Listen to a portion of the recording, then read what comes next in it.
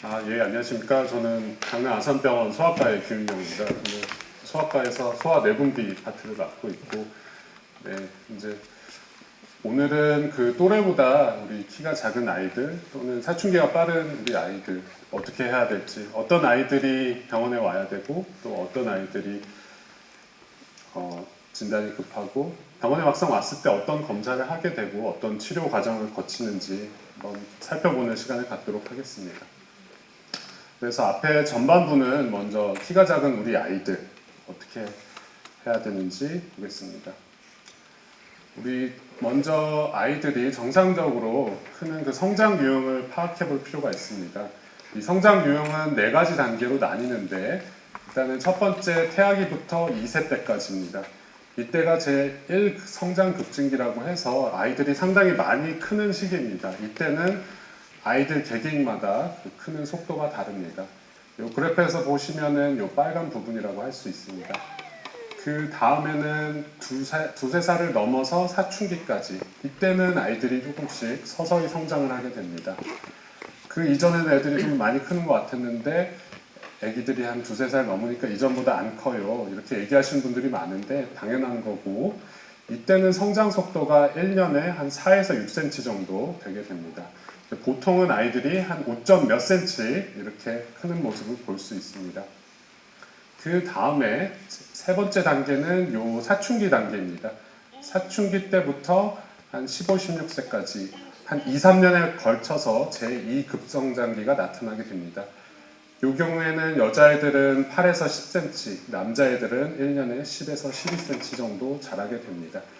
확실히 그 이전에, 사춘기 이전에 크는 속도보다는 속도가 더 많이 향상되고 급성장이 나타나는 것을 알 수 있습니다. 그리고 제4단계 성장이 마무리되는 시기입니다. 보통 여자아이들의 경우에는 초경하고 나서 한 2년 정도 더 크게 되는 이 시기를 얘기한다고 할 수 있습니다. 이 정상적인 성장 유형에서 중요한 거, 사춘기 이전에는 1년에 한 4에서 6cm 큰다, 1년에 한 5cm 큰다고 생각하시면 되겠습니다. 부모님들 마음은 이 시기에 이거보다 더 잘 컸으면 좋겠다고 생각을 하시는데, 사실 이 시기에 뭐 사춘기 급성장기 때 크는 속도만큼 큰다, 좋아할 게 아니라 혹시 성조숙증에 있는 것은 아닌지 의심을 해봐야 됩니다. 자, 그 다음에는 성장에 영향을 주는 요인들을 한번 살펴보겠습니다. 크게 2가지입니다. 유전적인 요인 그리고 환경적인 요인이 있습니다. 유전적인 요인은 출생 시부터 이미 결정되는 요인이죠. 우리 엄마 아빠 키를 가지고 아이의 예측 신장을 구할 수 있습니다. 남자의 경우에는 아빠 키에다가 엄마 키를 더하고 거기다 13을 더해서 나누기 2를 해주면 됩니다. 여자 아이들의 경우에는 아빠 키 더하기 엄마 키에서 13을 빼서 2를 나누어 주면 됩니다. 요거를 한번 해보시면 어떤 수치가 나올 건데, 이게 부모님이 아이에게 물려주시는 어떤 유전적인 키의 소인이라고 보시면 됩니다. 이것을 이제 막상 구해서 보면은 본인의 이제 다 큰 자녀분들이 저거랑 비슷하게 크는 것을 확인할 수 있습니다. 한 10명 중에 8, 9명의 환자들, 즉 한 8, 90%의 아이들은 이 예측 신장 공식으로 통해서 나오는 그 수치에 맞춰서 크는 경향을 보입니다. 자, 나머지 10% 정도 그 예측 신장보다 더 큰 아이들도 있고 더 작은 아이도 있습니다. 우리 엄마 아빠는 큰데 아이가 작은 집안도 있고, 엄마 아빠는 작은데 아이가 큰 집안도 있습니다. 그러한 경우에는 엄마 아빠와는 조금 다른 유전적인 소인을 갖고 태어난 경우입니다. 그런 거는 한 10명 중에 한두 명꼴이라고 생각을 하시면 되겠습니다. 그 다음에 2번째 환경적인 요인이 있습니다. 출생 후에 이제 영향을 줄 수 있는 요인들이죠. 영양적인 거, 특별히 아니면 질병이 있어서 못 크는 경우, 그러한 것들을 들 수 있습니다. 요즘 뭐 밖에 나가서 보면은 우리 키와 관련된 영양제들 아니면 뭐 여러 가지 운동들을 홍보하고 또 여러 가지 프로그램들을 홍보하고 합니다. 거기서 하는 얘기들은 환경적인 인자가 최종 키에 매우 중요하다 얘기를 하죠.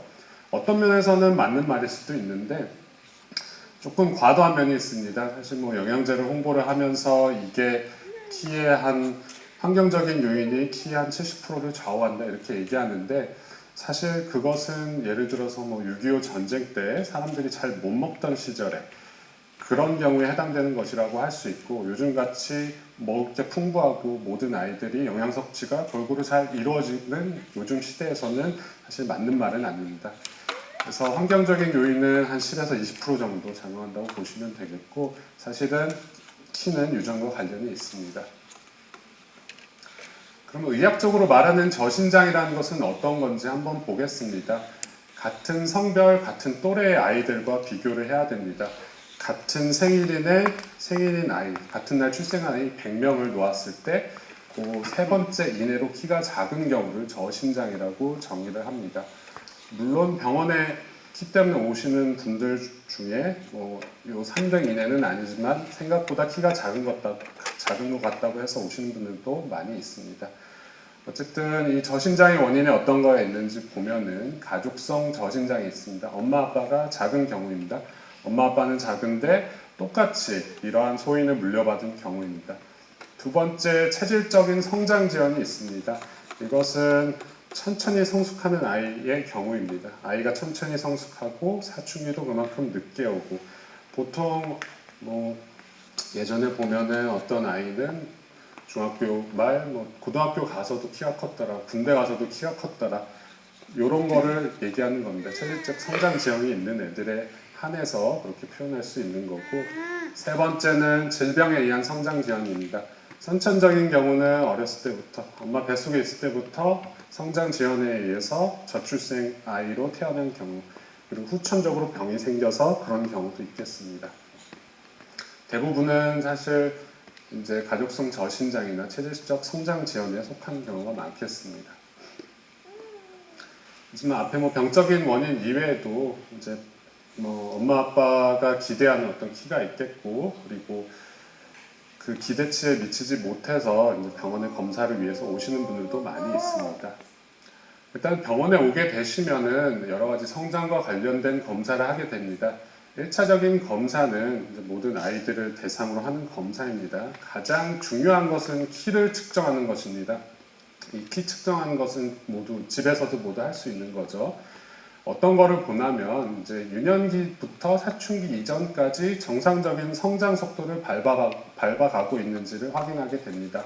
앞서 말씀드린 것처럼 1년에 4에서 6cm 정도 얘가 꾸준히 커왔는지 그것을 추적하는 게 중요합니다. 그래서 병원에 오실 때는 예전에 얘가 어렸을 때 어느 시점에 키가 몇 cm였는지 그 자료를 가지고 오시면 많은 도움이 됩니다. 그런데 키를 측정해 봤더니 1년에 4cm도 크지 않는다. 이런 아이들은 성장 호르몬 결핍 같은 병이 있는 것은 아닌지 꼭 의심을 해봐야겠습니다. 두 번째로 인터넷에 보면은 병원 가서 뼈나이를 찍어봤다 이런 얘기들 많이 하시죠. 뼈나이는 우리 요 손목에 엑스레이 사진을 찍는 건데 그 엑스레이 사진의 모양을 보고 우리 아이의 신체 나이는 막상 어디 정도 와 있는지 예측을 해볼 수 있습니다. 세 번째 혈액 검사를 합니다.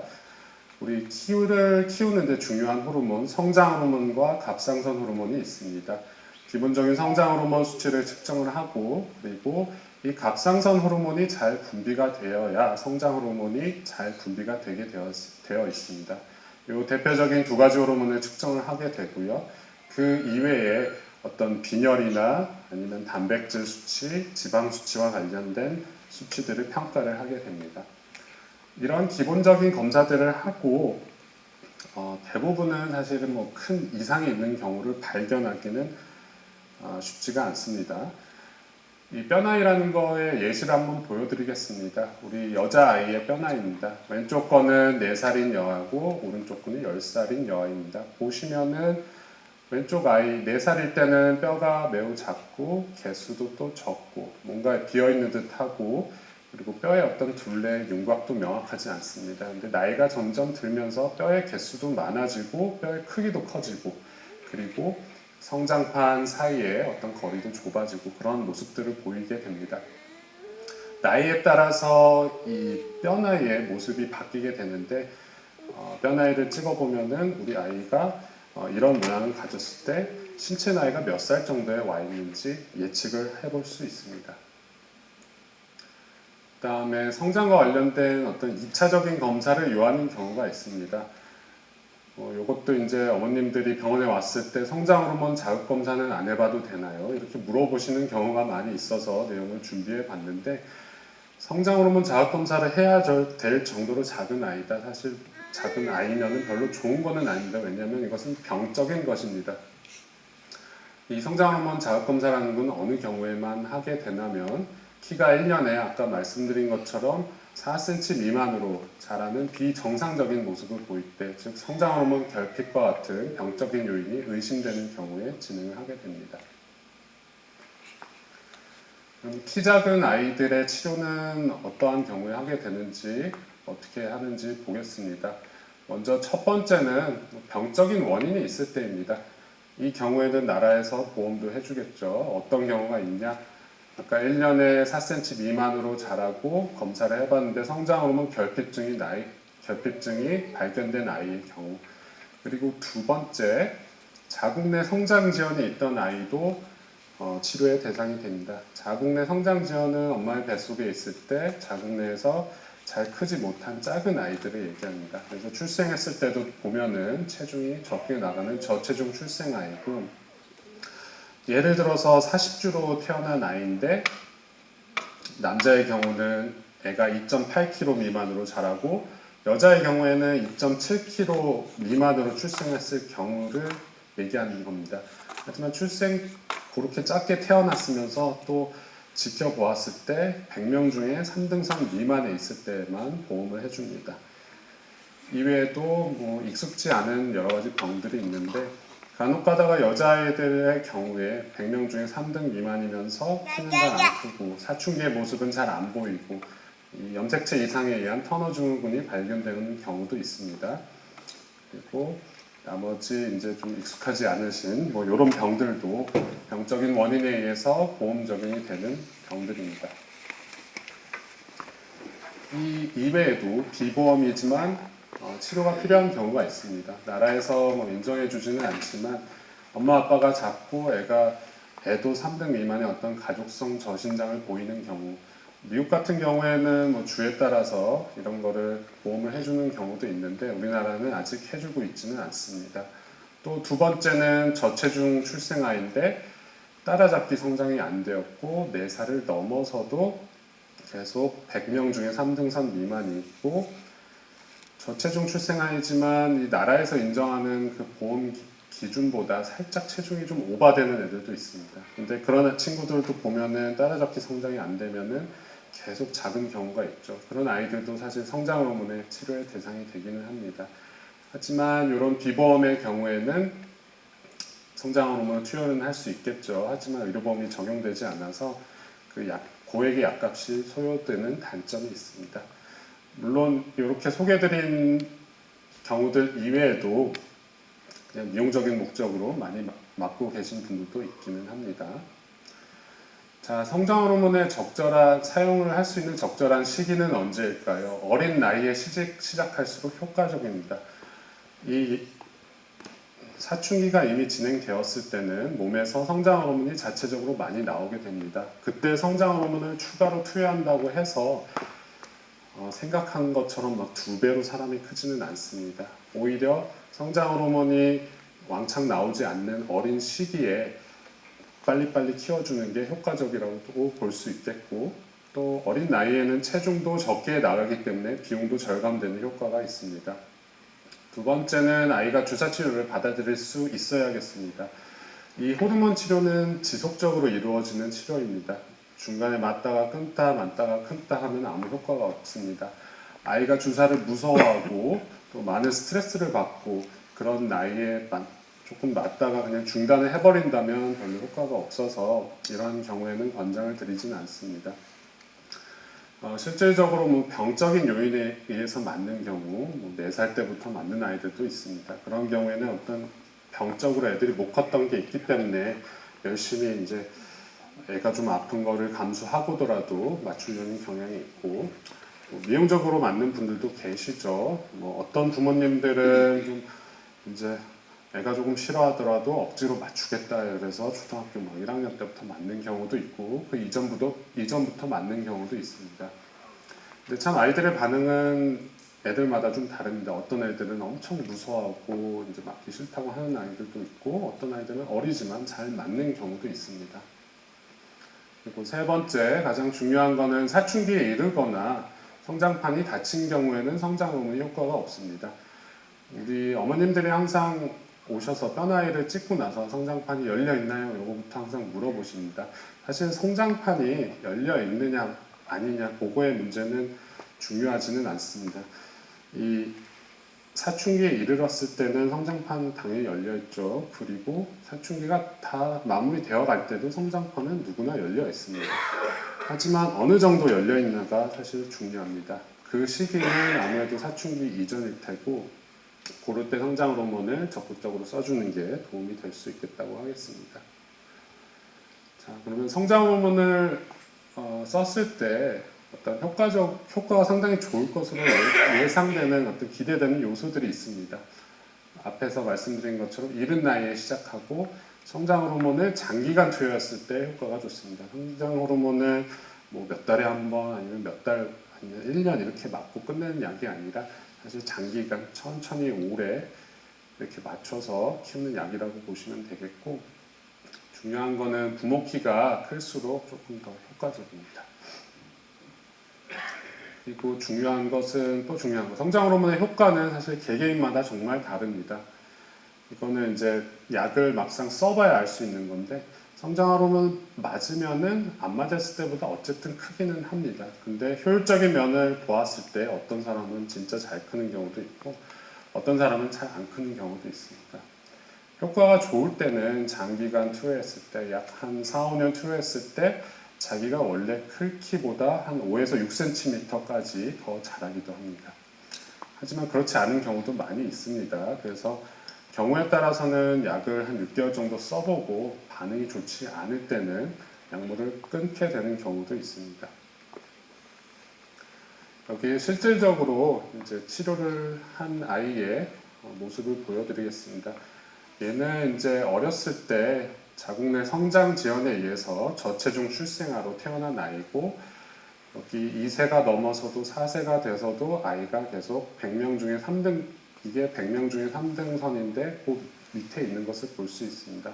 즉 병적인 요인이 있어서 약을 쓴 경우고, 이럴 때는 효과가 좋습니다. 병이 있어서 자기가 그동안 못 큰 게 있으니까 그만큼 잘 큽니다. 근데 어쨌든 약을 꾸준히 잘 써주면은 계속 올라가면서 수년에 걸쳐서 올라가면서 이 100명 중에 3등선에 도달하고 그 선을 이렇게 쭉 넘어가는 것을 볼 수 있습니다. 여기서 이제 보시면 어떻게 보면 효과가 되게 좋다고 생각하실 수도 있습니다만, 보시면 사실은 되게 천천히 꾸준히 올라간 거라고 보시면 되겠습니다. 그래서 뭐 1년 딱 맞았다고 갑자기 선이 확 바뀌어서 올라가는 그런 약은 아닙니다. 성장 호르몬은 이제 병원에서 처방전을 받아서 약국에서 구입을 하게 되는데, 집에서 만든 약입니다. 집에서 부모님이 일주일에 6번씩 놔주는 약이고, 이것을 처방을 받게 되면 그 제약회사의 직원, 제약회사에 근무하는 간호사가 가서 보호자에게 직접 주사 방법을 교육해 드립니다. 일주일에 6번 맞게 되고 이제 저녁 시간에 맞게 됩니다. 빠지지 않고 꾸준히 맞아야 되는 그런 약이고요. 성장 호르몬을 맞고 있는 경우에는 처음에는 1개월, 그리고 다음에는 2개월 그렇게 외래에서 진찰 및 혈액 검사를 하게 됩니다. 혹시 부작용 같은 거는 없는지, 성장 호르몬이 처음에 효과는 있는 건지 판단을 하게 되고, 안정적인 것이 확인된 다음에는 3개월마다 병원에 와서 혈액 검사와 그 효과를 보게 됩니다. 어머님들 이제 성장 호르몬의 부작용이 있는지 많이 물어보십니다. 어떤 성장 호르몬의 부작용으로 알려진 것들 다음과 같이 있는데, 당뇨병과 갑상선 기능 저하증, 척추 측만증 이런 것들이 있습니다. 당뇨병은 엄마 아빠가 당뇨가 있었던 경우 생기는 경우가 드물게 있습니다. 그때 약을 끊어주면 괜찮아지고, 갑상선 기능 저하증도 드물게 생길 수 있고 약을 끊어주면 괜찮아집니다. 척추 측만증은 어떤 아이들한테 생기느냐, 약을 썼는데 반응이 너무 좋아서 너무 잘 크는 아이들 그런 경우에 나타날 수 있고, 얼굴에 점이 있고 뭐 다른 몸에 점이 있는 아이들 점도 같이 커지게 됩니다. 드물게 뇌압 상승과 두통, 그리고 뭐 다리뼈에 문제 같은 게 생길 수 있다고 합니다. 근데 실질적으로는 보기 상당히 힘든 부작용이라고 보시면 되겠고, 정기적으로 3개월마다 보는 이유도 혹시 그래도 이런 것들이 생기지 않을까 체크를 하기 위해서 보게 됩니다. 근데 치료를 하는 입장에서도 실질적으로 볼 일은 거의 없습니다. 성장 호르몬의 부작용은 사실 확률적인 면에서는 없다고 얘기할 수는 있고, 부작용은 이제 돈이 부작용이라고 보시면 됩니다. 이제 미용 목적으로 맞는 경우 나라에서 당연히 보험을 안 해주니까 그런 부작용이 있다고 보시면 되겠고, 주사약은 여러 가지 형태로 존재합니다. 이렇게 펜 타입으로 있는 경우도 있고요. 여기 끝에 바늘이 짧게 하나가 있습니다. 그리고 눈에 보이지 않게, 아이의 눈에 바늘이 보이지 않게 만든 형태도 있습니다.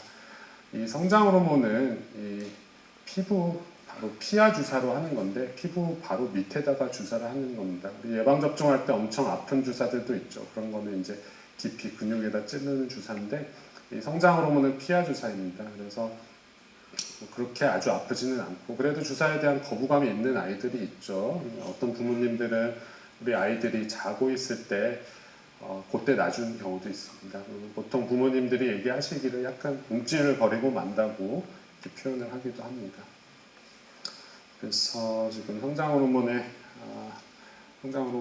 키가 작은 아이들, 어떤 아이들이 와서 검사를 받아야 되고 어떤 치료를 받게 되는지, 성장 호르몬이라는 건 어떤 건지 간단하게 설명을 드렸고,